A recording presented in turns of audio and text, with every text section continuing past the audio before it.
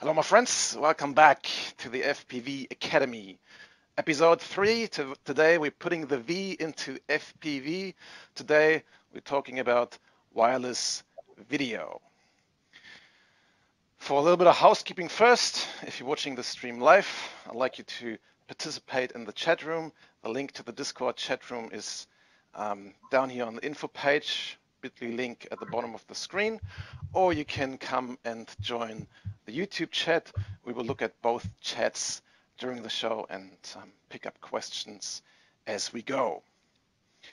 So today again, I brought two of my friends with me here into the stream. You can see here now big on the screen, Mr. Not Fast Enough, Travis Schrock. Hey Travis, how are you today? Very good. Thanks for having me. How are you? Very good. And then today with a little funny avatar, we have Scott Aiken, aka Wiffles, in the audio chat as well. Hey Scott, how's life today? Doing good, thank you. Excellent. So let's jump straight in while we wait for the chat room to fill and people joining us here, and let's cover some of the basics of wireless video. So for those of you who are not that technically inclined, let me break down the components that you need to see a video live that is recorded somewhere else. So you need a video camera like this here and some sort of a monitor. And in order to view the video, all you would need to do is wire up some sort of a connection going from the camera to the monitor and give both of them power, and you could see the video from here. Now, if you want to fly, it's not very practical when there's a piece of wire in between. So we're going to add a transmitter and a receiver. So here's a little transmitter module, and we would somehow connect this to the video camera, power it, connect an antenna to it, and would transmit the video signal to this receiver here, which then outputs it to the monitor. So we're replacing the wire with a pair of receiver and transmitter. Now there's a bunch of different frequencies that you could use to transmit the signal, and during the past 5 years into this hobby, it's become pretty clear to most hobbyists that the most practical frequency to transmit video on is around 6 gigahertz. To be precise, most of them are using the 5.8 gigahertz ISM band, which means that you don't need a specific license or a personal license to transmit on, but the device, if it complies, comes with a license that you can use to transmit on. So the reason why we are not using any different frequencies is that the lower the frequency is, the larger gets the antenna, or the larger the antenna needs to be to work properly. So in comparison, this here is a 5.8 gigahertz antenna. This here is a 5.8 gigahertz antenna, and they also come in even a little smaller. This one here is also a 5.8 gigahertz antenna. Now in comparison, this here is a 1.2 gigahertz antenna. So that's roughly the relation. This antenna here, the square black one, corresponds in type to this large one here, the white one. They're both patch antennas with a similar gain, and if you look at the other antennas, they would scale similarly in size. So anything lower than 5.8 gigahertz would be quite impractical on a little quad, but it's possible if you're flying planes or larger quads. You can put larger antennas onto your quad. So What we use mostly to connect our FPV camera to our viewing device of some sort is a 5.8 gigahertz video connection. There's quite a few devices that have that receiver and transmitter module embedded, but you can also separate them and use a separate video camera, a separate video transmitter, a separate video receiver, and a separate viewing device. Now, if you only want to watch around 5 minutes of this video and want to have a quick takeaway how you can enter this as quickly, cheaply, and easily as possible, here's one piece of kit recommendation.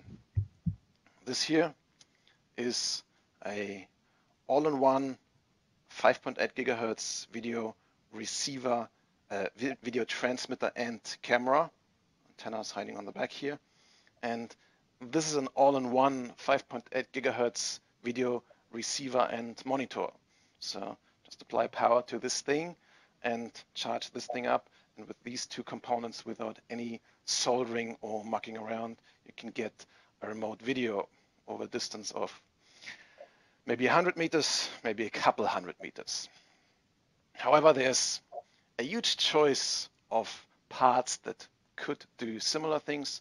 I'm going to break it down for you in this video and give you a couple of ideas where you could spend your money on in this hobby.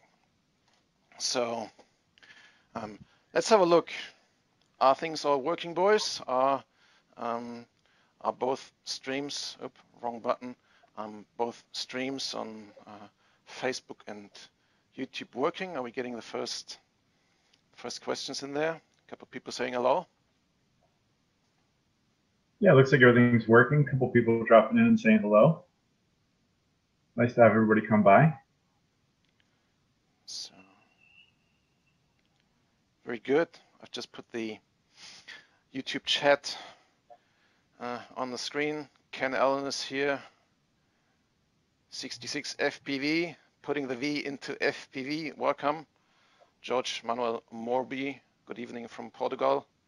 Der Holger aus Düsseldorf sagt, Grüße aus Düsseldorf. Grüße zurück, mein Freund. Gafur Hussain is back again. Sean Dolan. Adam Madron. What's up, people? Welcome back again, my friend.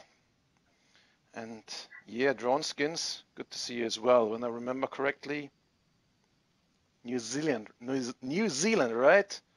Shout out to my Kiwi friends across the ditch. Christopher Potts is there as well. So if you're watching this live, join the YouTube chat, ask us a couple of questions, or if you're an old member of the club, you might know the Discord chat, you can hop in there and ask us a bunch of questions. So where do we move on? So I showed you a simple version that I've actually gotten friend of over the last couple of weeks, just using this simple all-in-one monitor and receiver. But when I started out in FPV, I thought I need a much more immersive experience. I need a huge screen in front of me. I need some very immersive goggles. So I bought a whole bunch of different goggles over the time. So I think let's talk about that next. Let's talk about the variety of goggles that you could use. I do have a few different ones here, and before I show you samples of those, I want to hand over the microphone to our buddy Wiffles and have him give us an overview about what he knows about the different cameras or the different goggles. Scott is running the website rotorbuilds.com, and he has created quite an extensive collection of reviews there. And one of the things he specializes on is video goggles. So, Scott, tell us a little bit about your experience in video goggles and what different types are available. Sure. Yeah, so there's quite a number of different goggles out there, and I've tried most of them. I think I don't know. I just really enjoy testing out different goggles. You can't really know what it's like until you see it. So I just got to see them all. So I think I must have 15 to 20 different goggles at this point, and just really enjoy trying them all. But when I first started out, though, I started out with a little display, and I mounted it onto the bracket of my radio, and that was the norm for a little while, maybe a few years ago. And I tried the Google Cardboard with something called like an Easy Cap, where it would convert the analog signal to digital. And that kind of brings up a point. I think a lot of people might ask, can we use VR goggles for this? And it's not really the case, because we use analog video, and this is for lower latency. If we use digital goggles, there's HDMI, any sort of digital signal is going to introduce latencies. So that's why we have to use specialized goggles for FPV. So if you're considering, can I use my Vive? Sorry, it's not going to be a good option for you. There's two different camps of goggles. Basically, there's the box goggles, which is a single display inside a box, and this is more like a VR style goggle where you're just focusing on one screen. And then we've got the Fat Shark style goggles, which have two displays, very small displays, with lenses on them to make this display seem larger. So generally, we buy goggles based on the price. If you're on a budget, you got maybe only $100 to spend, you're probably going to want to consider a box goggle. And nice thing about box goggles is you get a large field of view. It's more immersive, but it depends on how your eyes take it, because the screen can be a little overwhelming for your eyes. Could create a little bit of eye strain. It could make yourself a little uncomfortable. So for me, I can't take them too well. I need to make some adjustments, put some extra lenses in there or something to make it more comfortable, because if you put a screen right in front of your eyes, it's going to be hard on your eyes. But there are some good ones. Eachine EV800D is a popular one.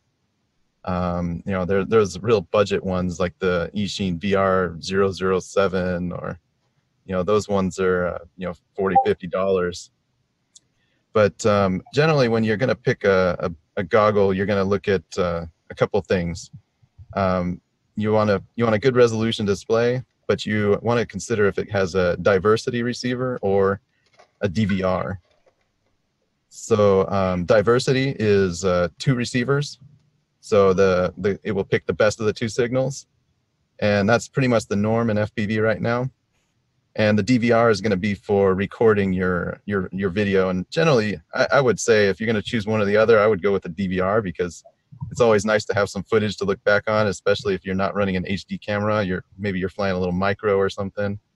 Always good to have a DVR. Helps you find your lost quad. If you lose it, you can go back and review your footage, see where you went down.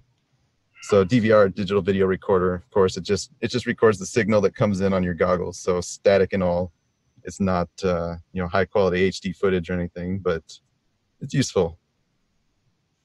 So yeah, those are the main things you want to consider: the field of view, diversity, DVR. And that's generally what you're going to get in a $100 goggle. You want to find one that'll have the three of those in a good balance.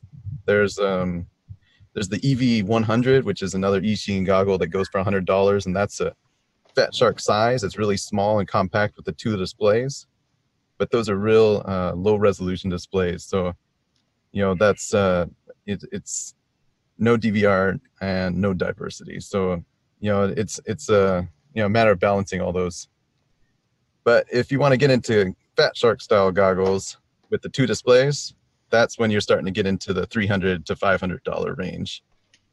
And honestly, I'm not sure I would recommend starting out with one of those. If you're kind of just stepping lightly into FPV, you might want to just get a decent $100 goggle, and at least what you're coming from. If you upgrade to a Fat Shark goggle, you'll appreciate it more. And maybe you might not, because some of the high-end goggles have a lower field of view, so less screen in front of your eyes, so it looks more like maybe a postage stamp instead of immersive experience. So that's also personal preference. Some people like a immersive experience. Some people find it overwhelming. If you have to move your eyes around the screen, it might be a little harder to stay focused on where you're flying. So a lot of things to consider. It's all very subjective, and really the best advice I can give you in picking a goggle is to go to a race, find some buddies, test theirs out, ask them, can I try yours, compare them. You're probably not going to be lower your expectations, I would say, because we're not in the realm of VR here.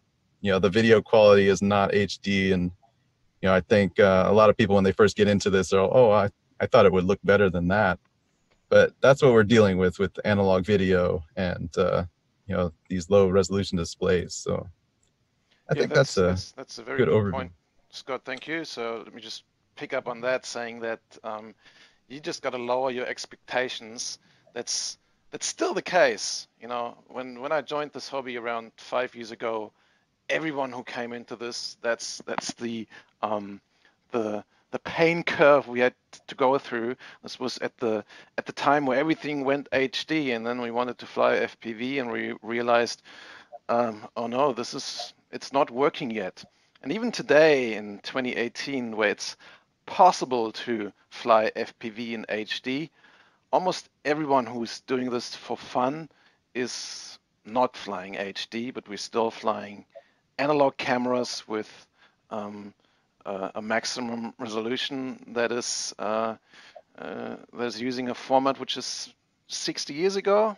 So PAL and NTSC and maybe CCAM are protocols that support a maximum resolution of, how much is it? 600 lines. And yeah, totally right, Scott. You got to lower your expectations to be happy with the video that you get these days over FPV. And the main reason for that is latency.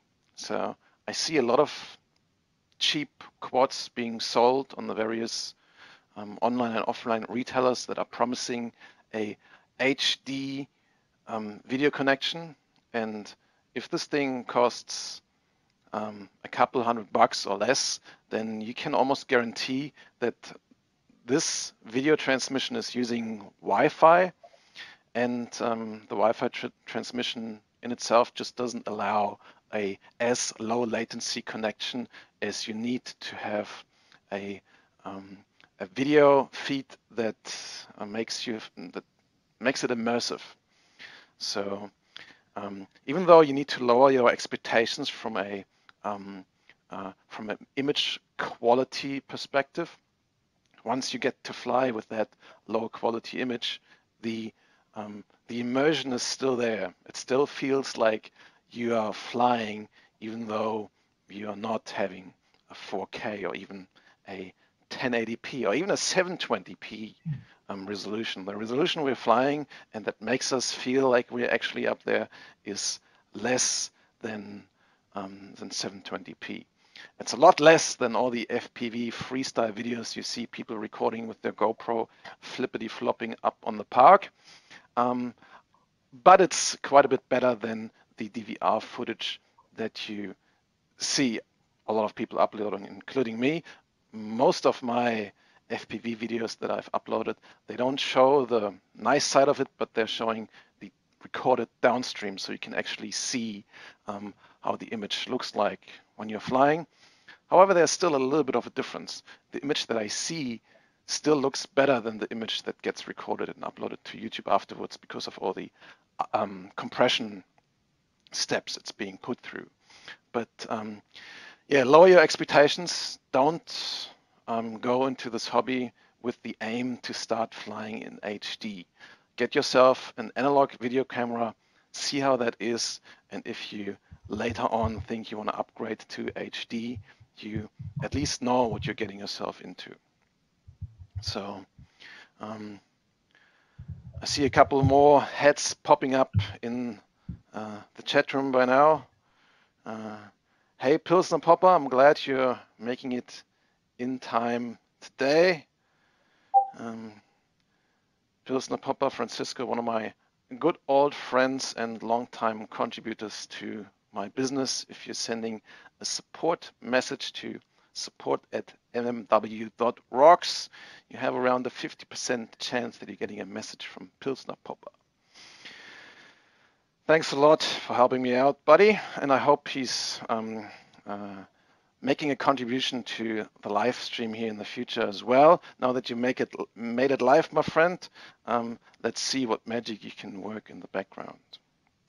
So Drone Skin says, can you suggest the best micro hoop grade camera brand that gives, let me shrink down this, can I reduce it a little more? Yes, brand, come on. That gives the overall better recording quality. So, Mr. Drone Skins, I think you're asking a couple of questions together. So, when we're talking about hoop grade qualities, we usually talk about very small cameras, like this one here. Where did I put it? They're so small, I keep losing them. So I'll put one up on the screen for you as soon as I find it. Where the heck did it go? Oh, here.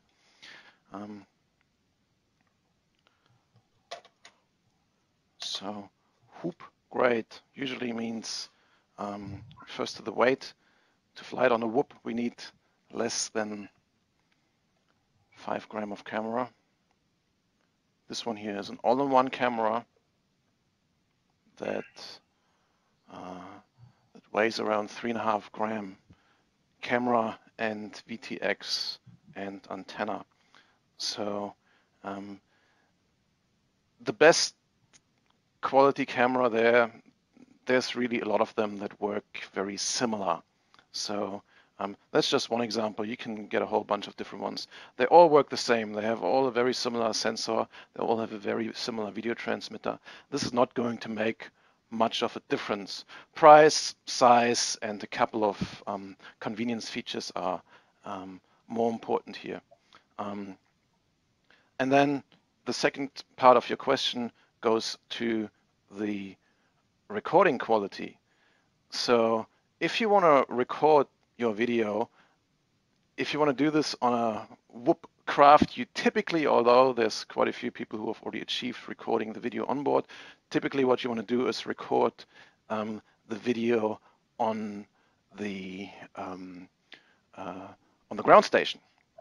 So there's a couple of different ways you can do this. As Scott mentioned earlier, a couple of goggles have built-in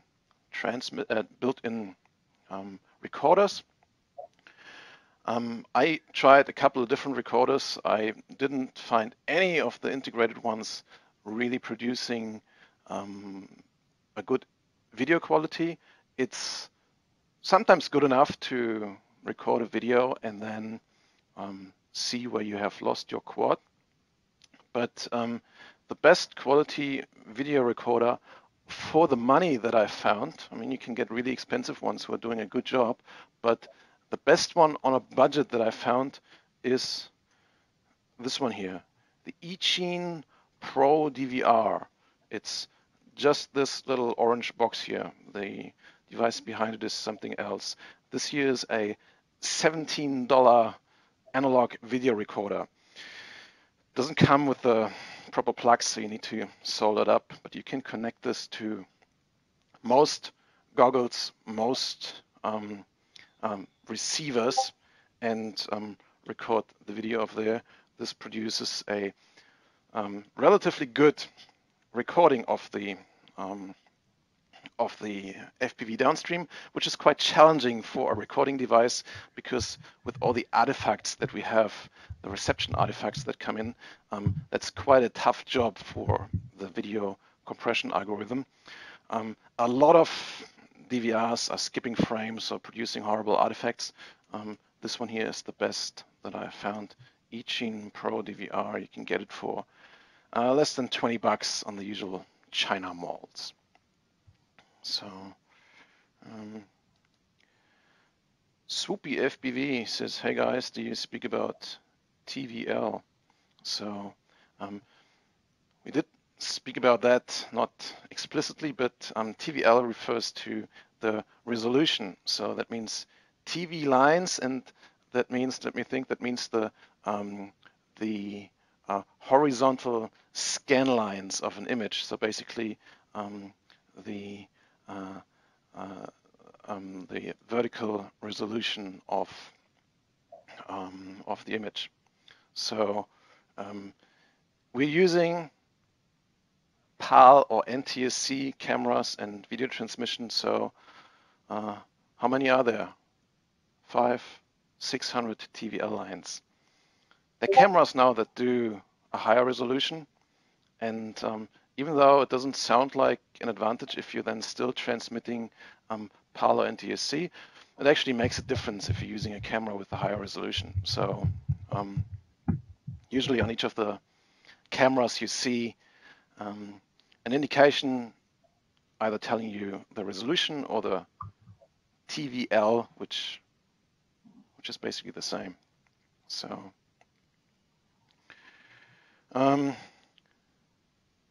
let's switch over to the Discord chat. Let's see if we have a couple of questions over there. So Travis, did you find anything in the meantime? Any questions that you want to pick up on? A couple of the guys hanging out and talking about their favorite gear, what it is that they're using. Foamy Ninja is suggesting the Sky Zones, and those have been spoken of, very highly across the hobby in different reviews. I think they really are Fat Shark's biggest competitor. They provide, what seems to be a product of comparable quality without Fat Shark pricing. So that's a great, if you're, goggles are really a lifestyle choice. It's not so much the overall performance of the screen, because it's a rough image. It's not super clear. It's not high resolution. So it really comes down to something that you're living with that makes the hobby possible. And you may be fine with the box goggles and hauling those around and the clunkier form factor. If you are, there's absolutely no reason to spend any more money on high-end goggles like Sky Zones or Fat Sharks. If you prefer the lifestyle benefit that comes with having the slim, sleek goggle, that form factor, then they're worth every penny. I fly with Fat Sharks, and I got them because they're comfortable and they're easy to tote around, and I don't regret $1 that I spent on them. And in all honesty, the screen that I'm looking at in them is nowhere near as good as the old box goggles that they replaced. So, lifestyle and form factor versus ultimate performance. I think some of the box goggles, especially the bigger they get too, the better. The bigger the screen is that they can fit in them, the higher the resolution you're going to get out of them, or that's possible to find in them. So, if you're looking for the ultimate clearest screen, the monitors and box goggles are definitely winning the race. So Foamy Ninja is suggesting the Sky Zones if you're going for the sleek form factor. Jesse Walker's out there. He's got some head plays with an EA Sheen DVR hacked in, the one that you were suggesting, diversity hacked in. So you can construct your own system piece by piece and put something pretty cool together if you're interested in that. If that's not what's attracting you to the idea of doing FPV, then just about anything you grab off the shelf is going to give you a pretty good experience. I think Whiffle's brought up a very good point about some of the smaller box goggles causing eye strain, and that's a very important thing to address. If you don't have young eyes, I don't have young eyes anymore. There's plenty of silver in my beard here, and the smaller box goggles, I can't see clearly in them anymore. I have to add lenses to them. Another drawback that you have to consider in the sleeker form factor or in goggles in general, whether it's box or the sleek form factor, is motion sickness. And that's something that I think most of us that are flying FPV had to face at one point or another. Those first, the first maybe week, 2 weeks, it could be longer or shorter for you on your own personal experience, but motion sickness is a real thing, and it can be very disorienting to see nothing but that screen and get the sensation of motion while you're trying to stand up or sit down. I know some guys have not been able to adapt to it at all, and it's not, a personal shortcoming on their part. It's just the way you might be made, and so it's something you absolutely have to go try out and see if you think you're going to feel comfortable with it. If you're starting and you're putting your first set of goggles on and it feels very disorienting, that's normal for a little while. And I worked through it in, I think, about 2 or 3 weeks. And recently you could see on my channel, when my kids were very small, I had them strapped to me in a kid carrier, and I'm standing holding a child with goggles on flying FPV, and I don't feel like I'm about to fall over. So it's something you can get used to. And I think the last thing I'd like to bring up maybe is, what that image quality is like. There's a ton of static that can happen, and it can be very unnerving to suddenly lose your signal. So you've got to get out there and get to know your equipment, whatever it is that you decide on. Find a safe place and push the limits of its range, and get used to flying with a video breakup and through the static. And I think some of the best advice I was given about that is, the most important thing you can invest in isn't so much your goggles or your video transmitter or what name brand of stuff you're running. It's really your receiving antennas, and your receiving antennas can make all the difference in the world. Getting good quality antennas there, maybe getting a good diversity setup can impact the performance of your overall system just about as much as anything can. Yeah, some very good points. So let's sum it up a little bit. So there's two types of goggles. I'll use those two here as a reference. Box goggles, which have a relatively large screen in there, somewhere between usually 3 and 7 inch, I think is the largest I've seen, and then these goggle style viewing devices that have two very small screens. And I think that's also the main difference in price. So box goggles tend to be a lot cheaper, and I think that's due to the displays. So small displays like these seem to be still the pricey part of it, plus the optics that are required to make our eyes focus on them on such a small distance. On these goggles, the larger screens are a lot cheaper, and they use something like what I think it's called a Fresnel lens. Not sure if you can see this in there, but between the I think it's better visible on this one because that's already so dirty inside. So the screen is behind that lens, and if I would take a screen as close as this box goggle holds it in front of my face, if I would hold the screen that close, I wouldn't be able to focus on it. So we use this Fresnel lens to make the screen and the distance compatible to our eyes.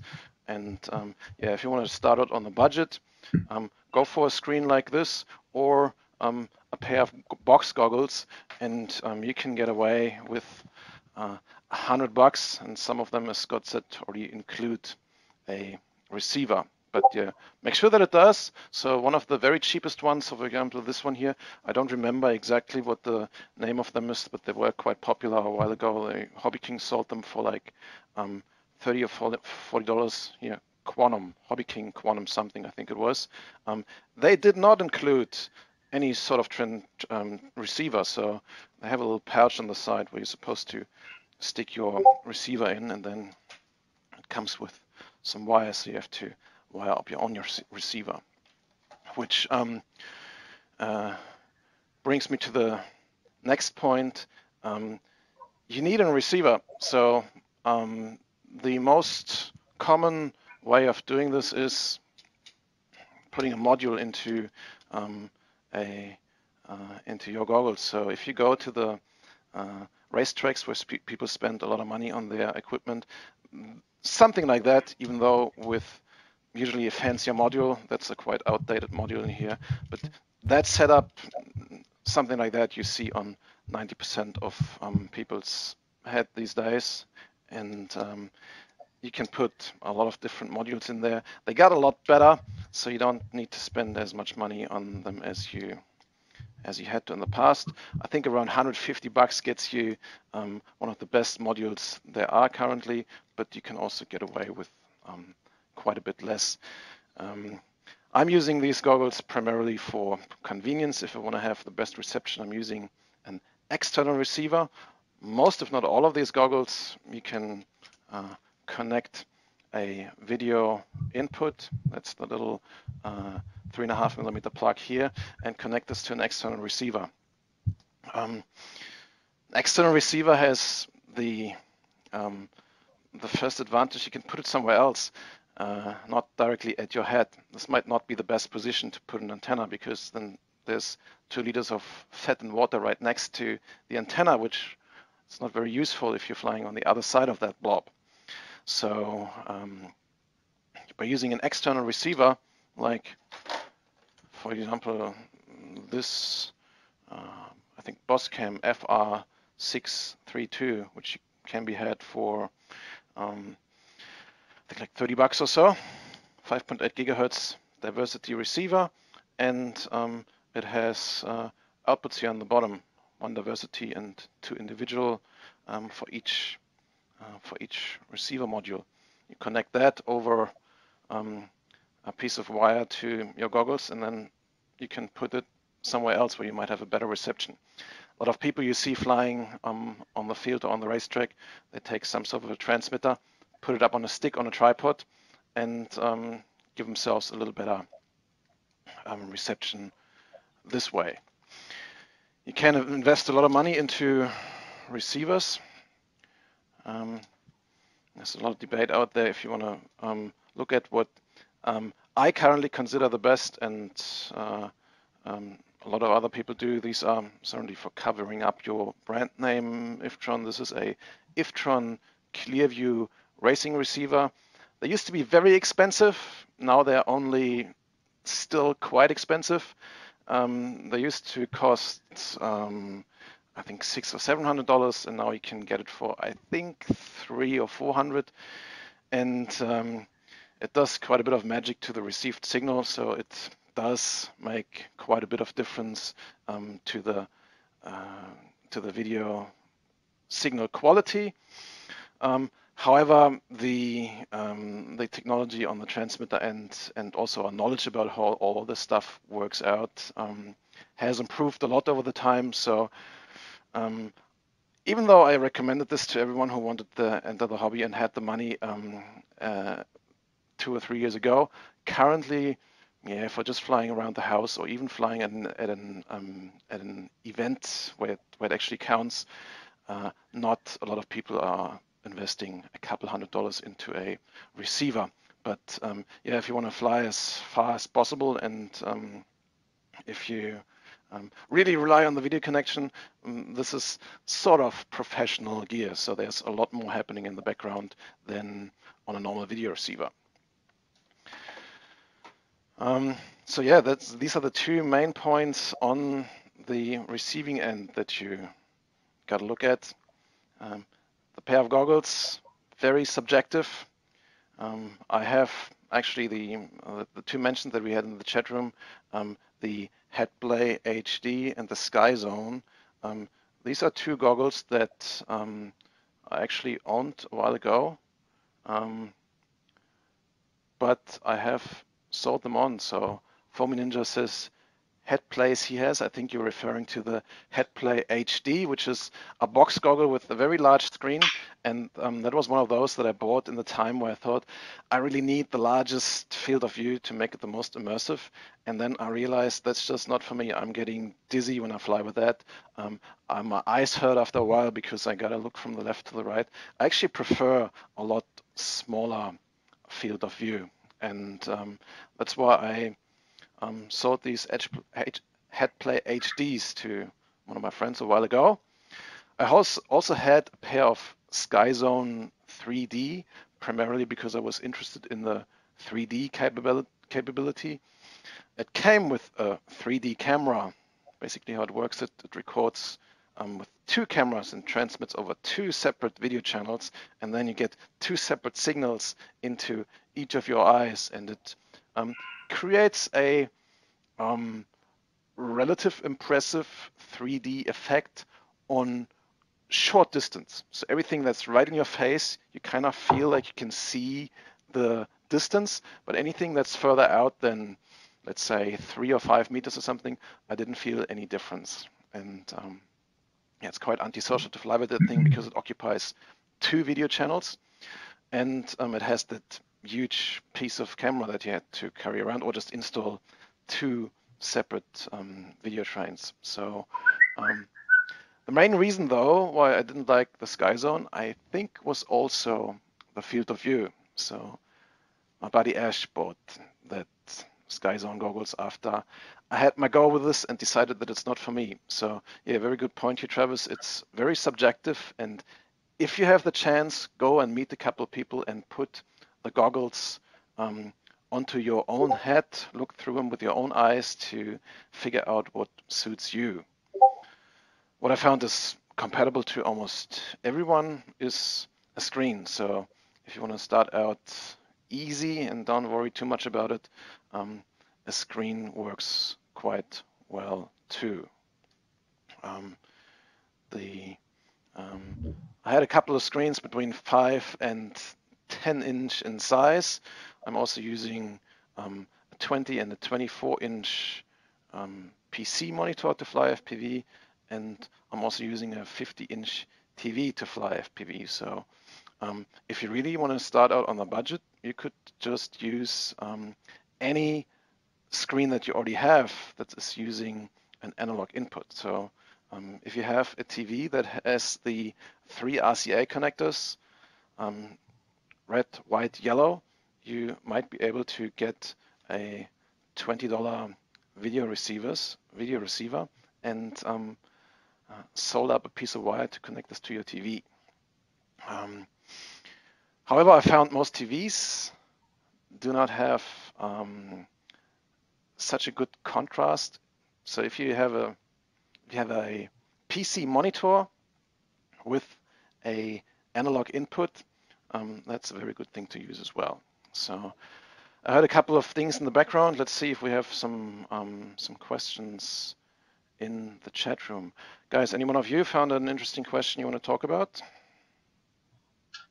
There were just a lot of the guys here reminiscing on where we started out with sort of the first goggles. The Quantums were one of the most impactful sets of goggles to change the direction of the hobby. And I never owned a set of them, but if I remember right, they were like a molded styrofoam that was spray painted black, and you kind of had to construct your own screen into it and use one of these external receivers and attach it to the side. It was a very DIY type experience, and I think that did a lot to shape the hobby. You know, after we saw the popularity of the Quantum V2s is when the manufacturers jumped on board and gave us so many different options in box goggles to help people get started.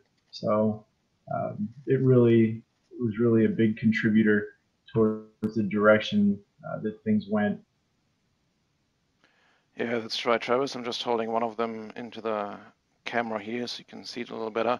It's basically just a screen stuck into the back of this piece of styrofoam box, and then this lens that you need to put at the right distance to make it work together. Exactly, that's how You know, all of us started to fly cheap. as we talk about the option of screen versus box goggle too, there's quite a few options now, like that Fat Shark transformers and a couple other, I think, options out on the market that serve both purposes, where you can, and it's made to separate the screen and the goggles, so you can kind of explore both aspects of it. And one of the, if you're going to get hooked on FPV, your first set of goggles is probably not going to be your last set. You're going to end up wanting to share the experience with someone along the lines and give people some ride-alongs. And so it doesn't have to be a decision that you really focus on, exactly which pair is going to be best. You just find something that look good, find something that fit the budget, and give you an option that you want to try out, and start there, and you'll end up passing them down and using them for ride-alongs, and looking for other options too. It's not likely you're going to pick your favorite set on the first try, especially if you don't have the chance to try other people's equipment out first. Yeah, very good point. So got a comment here from Pilsner Popper in the chat saying, make sure it doesn't blue screen. Yeah, that's a good topic, my friend. When I recommended to use computer screens, etc. Digital screens do something that we call blue screening. They have a couple different colors as well. But what it basically means is that if the signal is not good enough anymore, considered by the input converter on that particular screen, it will just shut off and display some default. And in many cases, that's just blue pixels everywhere. So you obviously don't want that when you're flying FPV, because when you're seeing a blue screen, you can't see your video anymore. So what we want instead is that there's not so much image processing happening, and you see the last bits and pieces that are coming in through the, at that point, distorted video, and you can still see an image. So very quick check if you have some sort of a monitor, and if you are turning it on and it's displaying snow like this here, that means it does not blue screen. There's other monitors that if they wouldn't receive anything, they would show you some sort of a blank, green, white, black, or blue screen. So yeah, very important here. If you are using a screen that is not specifically made for FPV, you might get into the problem of blue screening. As soon as your receiver doesn't deliver a strong enough signal anymore, then the image will drop out completely. I don't have one here to demonstrate that, but yeah, in that regards, it makes sense to use analog monitors that are not doing any video input processing, which is very much related to the problem of useful downstream recordings. What I used for the first around 2 years of me recording FPV footage is this DVR 100, I think it's called. I bought it from, I don't remember anymore, from Get FPV. It was rebranded by quite a few different brands. I don't remember the exact name of it, doesn't say it in here. But this had the same problem like a lot of video recorders and the blue screening monitors have. As soon as the signal drops below a certain grade, as soon as it gets distorted too much, the recording will stop. So what that then means is, and usually the whole recorder would crash. So the moment my quad would crash and the video reception would go down because something's broken on the quad because I hit something too hard, or the antenna is sticking into the grass and doesn't have enough signal at the receiving end anymore, then the recorder would crash, the recording wouldn't finish, and you couldn't even use the recording to find your lost quad. So this is one of the reasons why I have earlier suggested this eChine Pro DVR. this is a recorder that can deal with analog artifacts to the extent of them being complete snow. So if you stop transmitting, if you have some sort of a problem on the connection or on the video receiver, then this thing will just keep recording no matter what happens. So yeah, thank you. Good point, Pilsner Popper. Let's see who else we have on the line here. Jerry Calverley from Texas. Good old friend of mine. I know you for a couple of years. Thanks for stopping by. Sean Dolan says Quantum V2, first goggles, love them. And lots of other messages in here. Scott, you haven't said something for a while. Did you see anything in the chat, or did you did anything cross your mind that you want to add to our conversation here? Sure. Haven't seen anything come up, but I did have a thought. Lately there have been a lot of high-end goggles coming out where they use 720p displays, or we got OLED and LCOS, liquid crystal on silicone, and typically we've been using LCD screens. So it's kind of a new thing coming into the FPV scene, and I thought it might be a good topic to quickly cover. The higher resolution displays are, they do improve the experience slightly, but it's debatable whether it's worth the extra cost. So I'm just throwing that out there that, the technology is improving, but we're still limited to the 600 TV lines of analog signal. That's right, yeah. So even though it's, I got to disagree, it's not that new, but it's still the most expensive option. Wow, this doesn't work too well. Putting this up here on the screen. What I'm trying to show into the camera, oops, everything else is falling down here, is my oldest pair of FPV goggles. This is the first I bought. I started FPV. I went all in.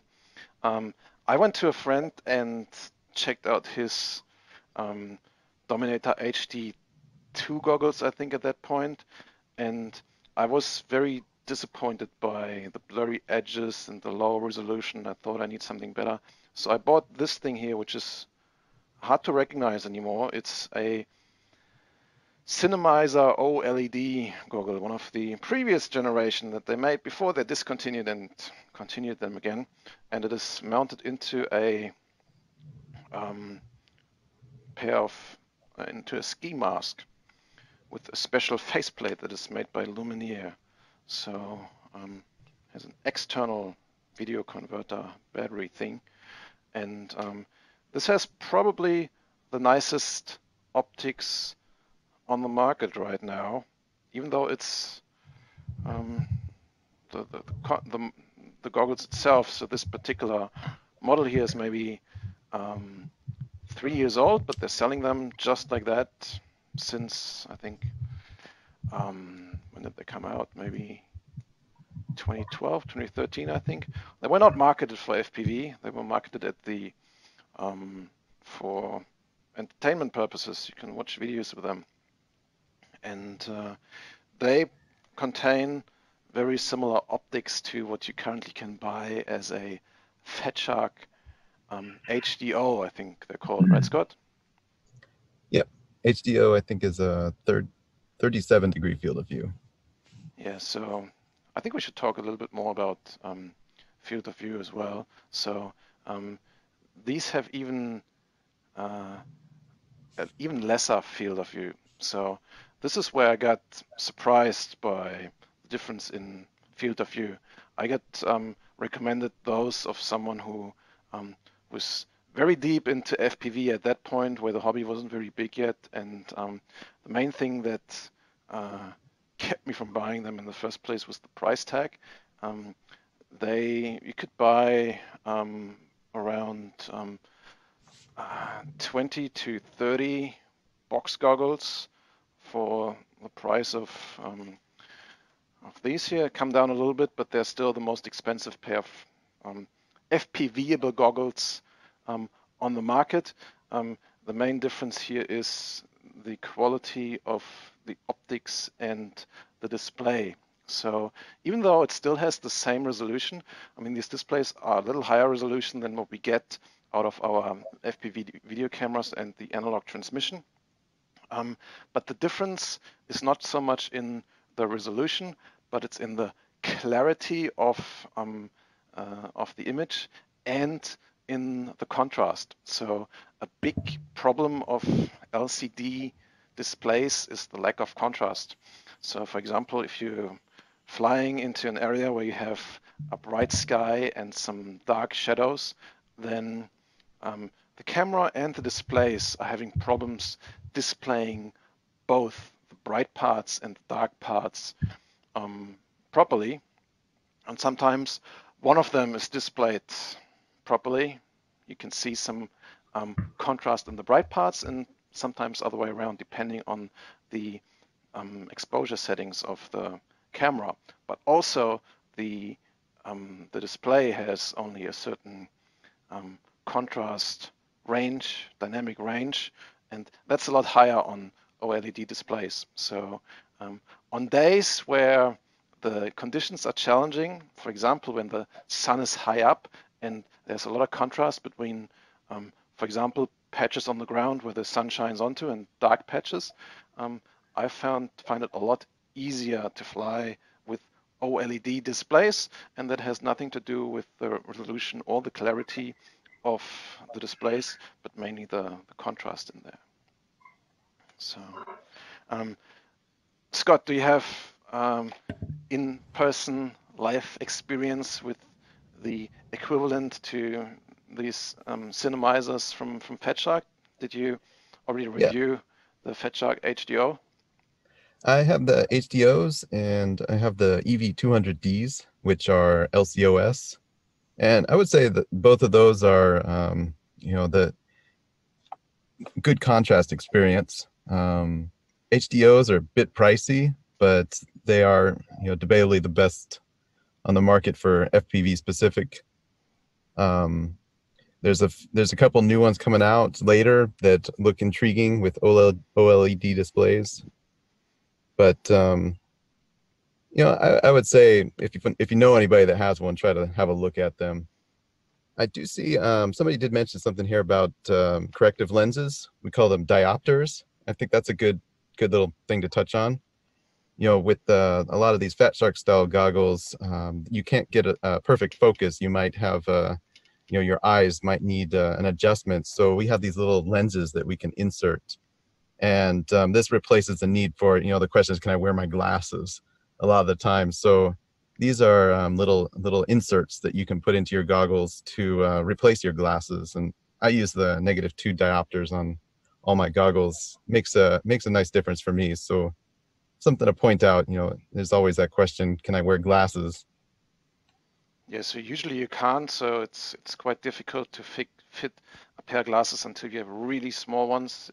Even then, the middle part usually won't fit into these goggles. So tough to see here. There's no diopters in this pair of goggles, but right here where my screwdriver is pointing, you see a little notch, so you can sort of slide these little pieces in there. I think, Scott, you can get a couple of pre-made one with fixed strength, but also you can. I've heard from someone who went to his eye doctor and got some specifically cut up that he can put in there. So that's an option to adjust these style of goggles to your eyes if you have any type of eye conditions that need to wear prescription lenses.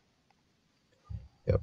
And I found the FatShark diopters, they sell them in a set. I think you get -2, -4, -6, and it sells for $15, $20, which I think is a little pricey. So you can find diopters by Amway for the Amway Commanders. They make them, and I think SkyZone even has diopters. So don't feel that you're limited to just buying the FatShark diopters, because most of the time you don't even need all those different sizes or different settings. So shop around. And there's also RHO Lens, which is they'll make you custom diopters.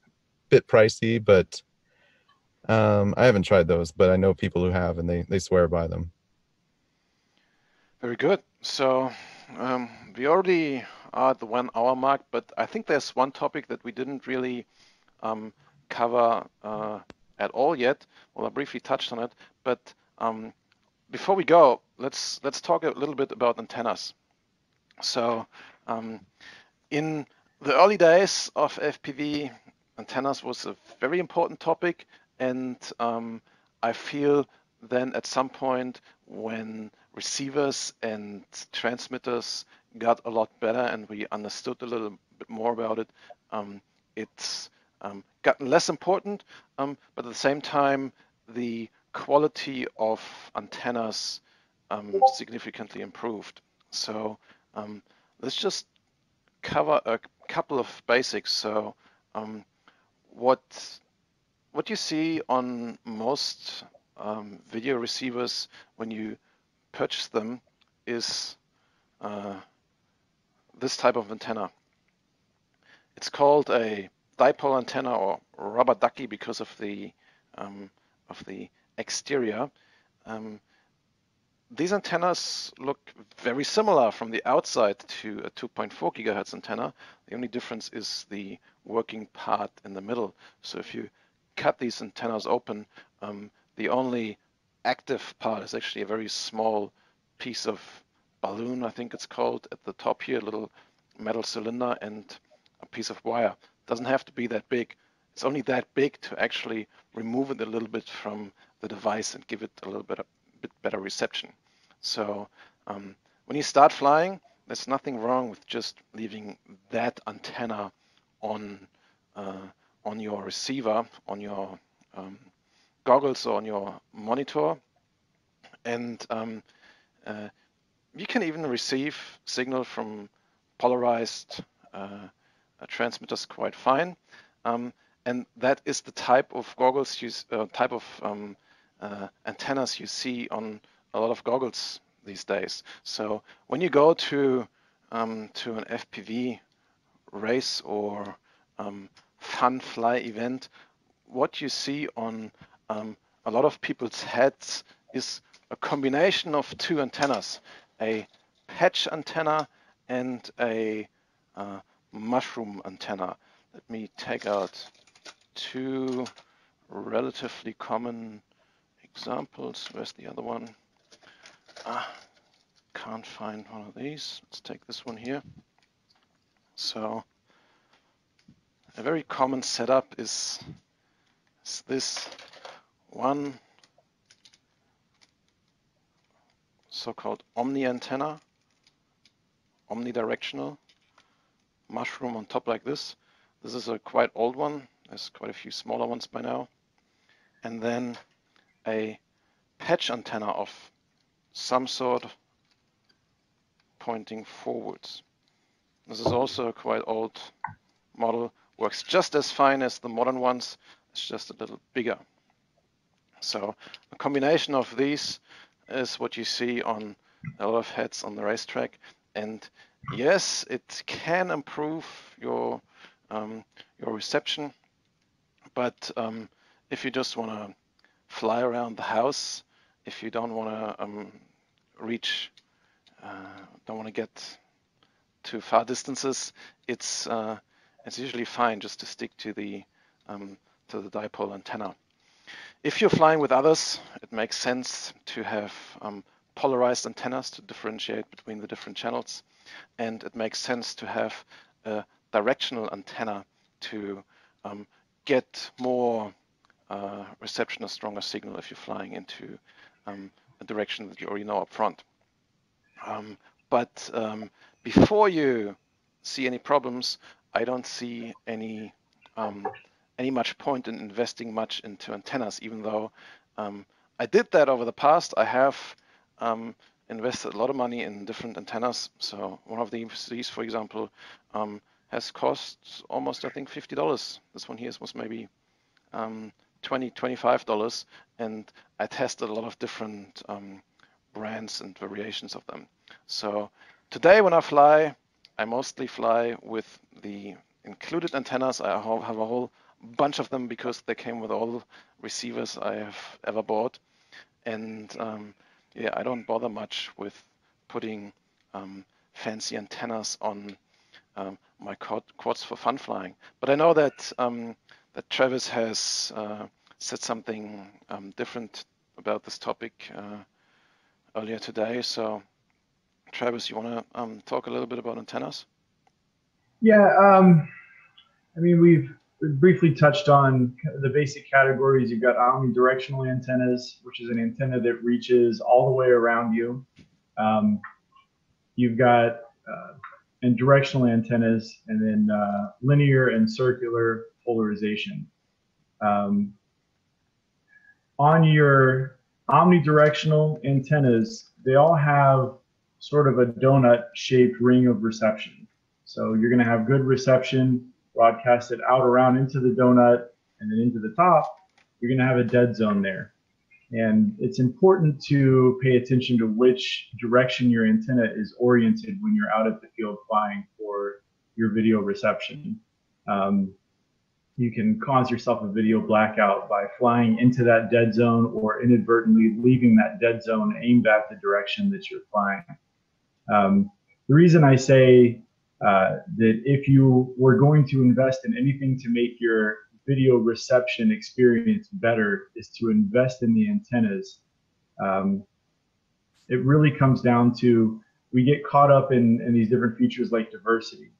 And if you have a diversity receiver and you've got two of the same kind of antenna, you're not really giving yourself any advantage with the ability to switch from one to the other.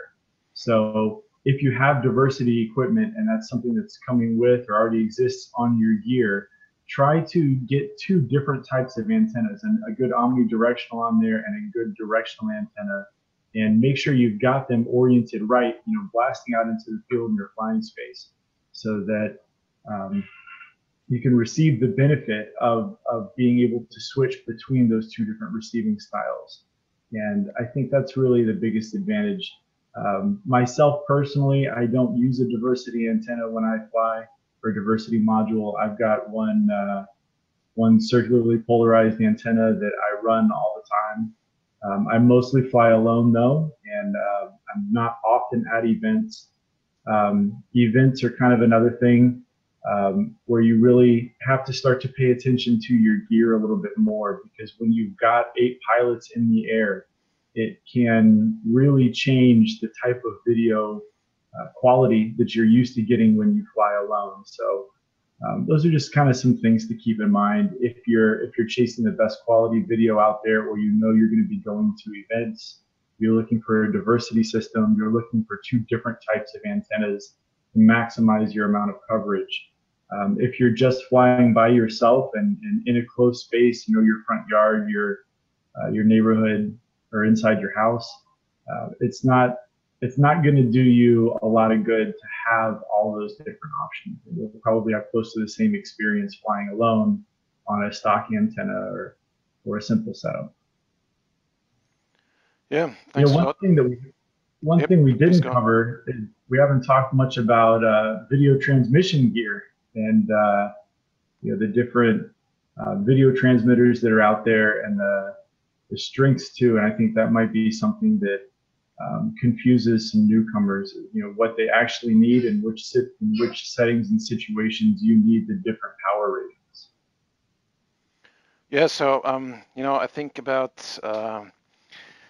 the problem of having multiple people transmit at the same time. We can make a couple of episodes of that. So I think we push that out to the next iteration of this topic.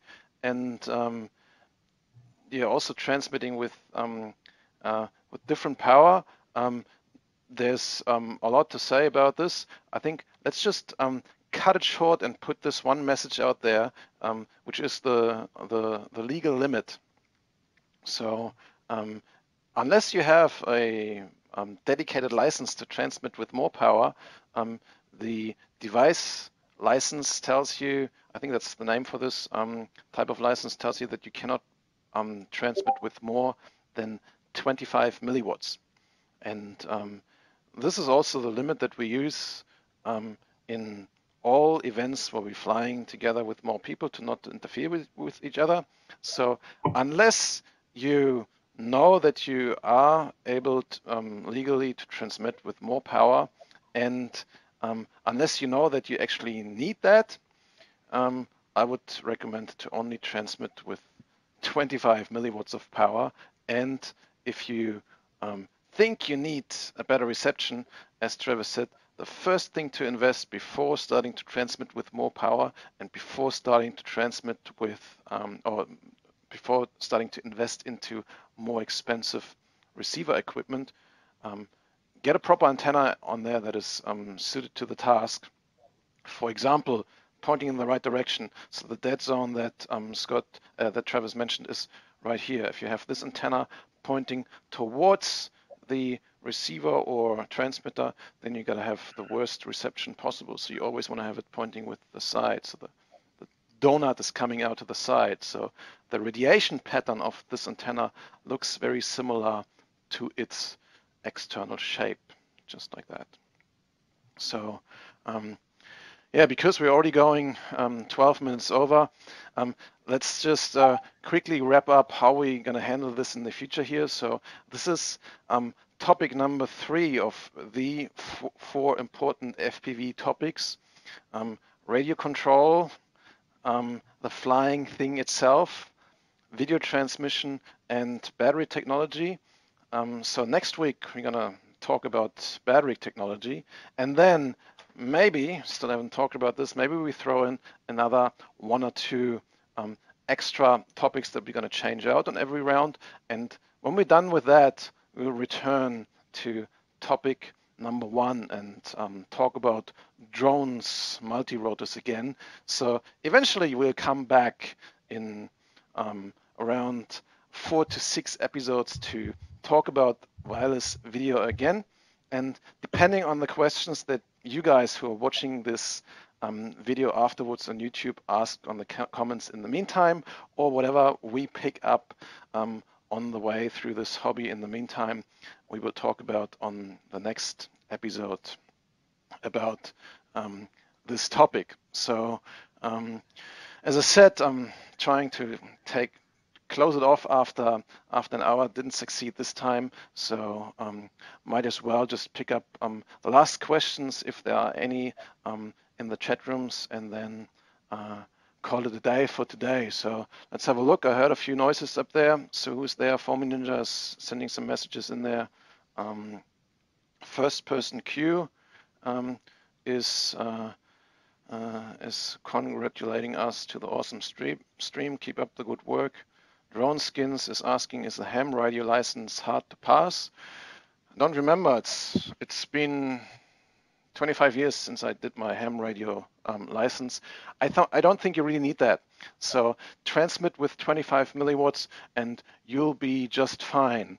Even though there's a lot of good stuff you can learn when doing a ham radio license. So if you're interested, I definitely recommend doing that. And yes, there's a lot of stuff to learn, a lot of stuff that you don't need for FPV.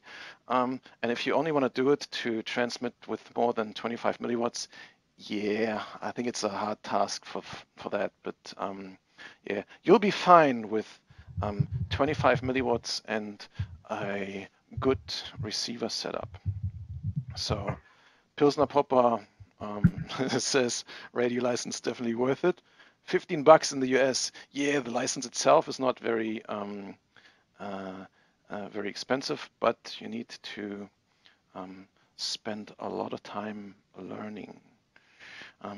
If you want to go into the YouTube chat, unfortunately, this is going to disappear when I upload this episode to YouTube. Then you can see Pilsner Popper has put a link in there that leads to a ham radio related site.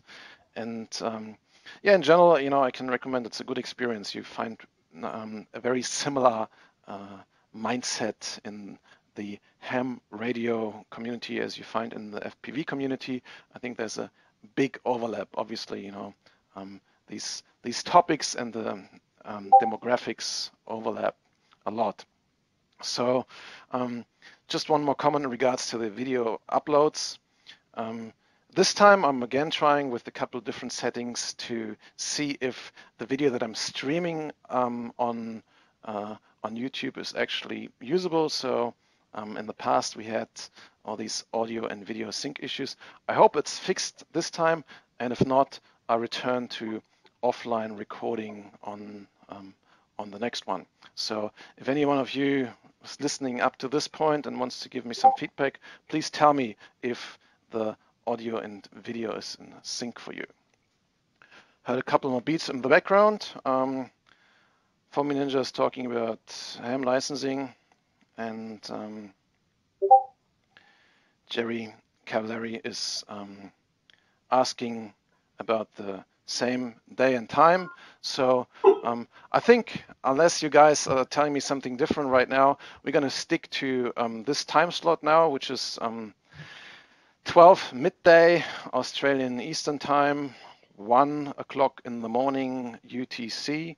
And Scott, Travis, what time does the stream start in Florida? At 8 p.m. 8 p.m. in Florida. And Scott, what time zone are you in? Same one, Eastern Standard, so 8 p.m. Very good. So if you want to tune in next week, come back, same time, same channel, and we're going to talk about battery charging, battery technology used in drones, multi-rotors, FPV next week in FPV Academy, episode number 4. Thank you guys for joining in.